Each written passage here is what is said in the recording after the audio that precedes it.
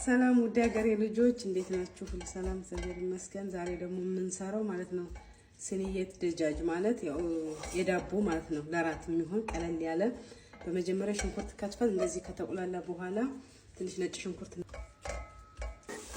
ድንትን ይጨው እናደርግበታለን።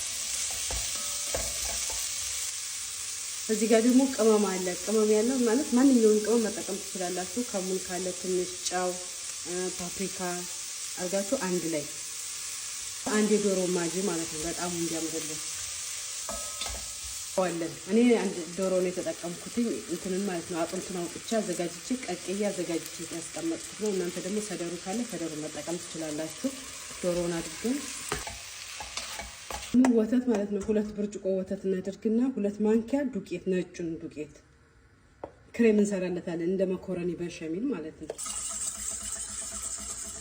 እዚህ ጋር 1 ማንኪያ ጅብን ግላስ እናደርግበታለን። እዚህ ጋር ደግሞ 1 ማንኪያ ግሽጣ እናደርጋለን።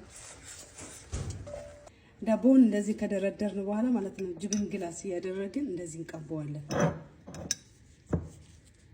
እዚህ ጋር ደግሞ ዶሮውን ያዘጋጀነውን ዶሮ ማለት ነው ስታቆላሉ ግን ትንሽ እርድ እንድታደርጉበት እንዳትረሱ። እርድ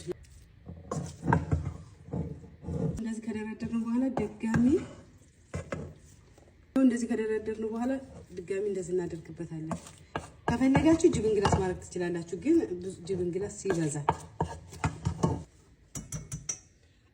ክሬም እንደዚህ እንጨምራለን። ጅብን ሙዘረላ እናደርግበታለን። ትንሽ ሞቅ ካለ በኋላ እንከታለን። ከዛ